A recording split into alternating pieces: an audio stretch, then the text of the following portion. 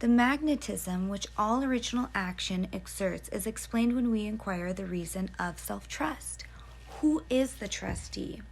What is the aboriginal self on which a universal reliance may be grounded?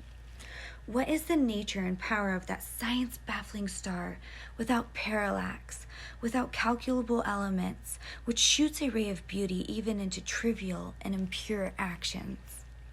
If the least mark of independence appear, the inquiry leads us to that source, at once the essence of genius, of virtue, and of life, which we call spontaneity or instinct. We denote this primary wisdom as intuition, whilst all latter teachings are tuitions. In that deep force, the last fact behind which analysis cannot go, all things find their common origin. For the sense of being which in calm hours rises, we not know how, in the soul, is not diverse from things, from space, from light, from time, from man, but one with them, and proceeds obviously from the same source whence their life and being also proceed. We first share the life by which things exist, and afterwards see them as appearances in nature, and forget that we have shared their cause. Here is the fountain of action and of thought.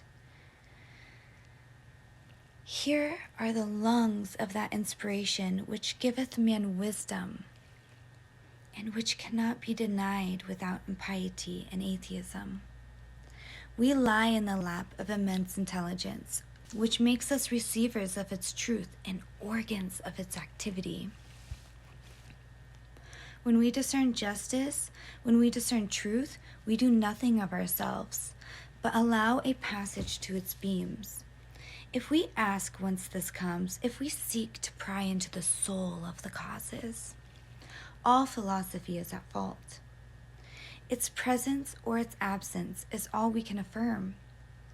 Every man discriminates between the voluntary acts of his mind and his involuntary perceptions, and knows that to his involuntary perceptions a perfect faith is due.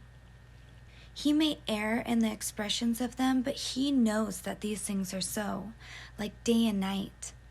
Not to be disputed, my willful actions and acquisitions are but roving.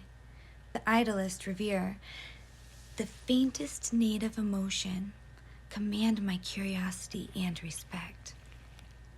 Thoughtless people contradict as readily the statement of perceptions as of opinions, or rather much more readily, for they do not distinguish between perception and notion.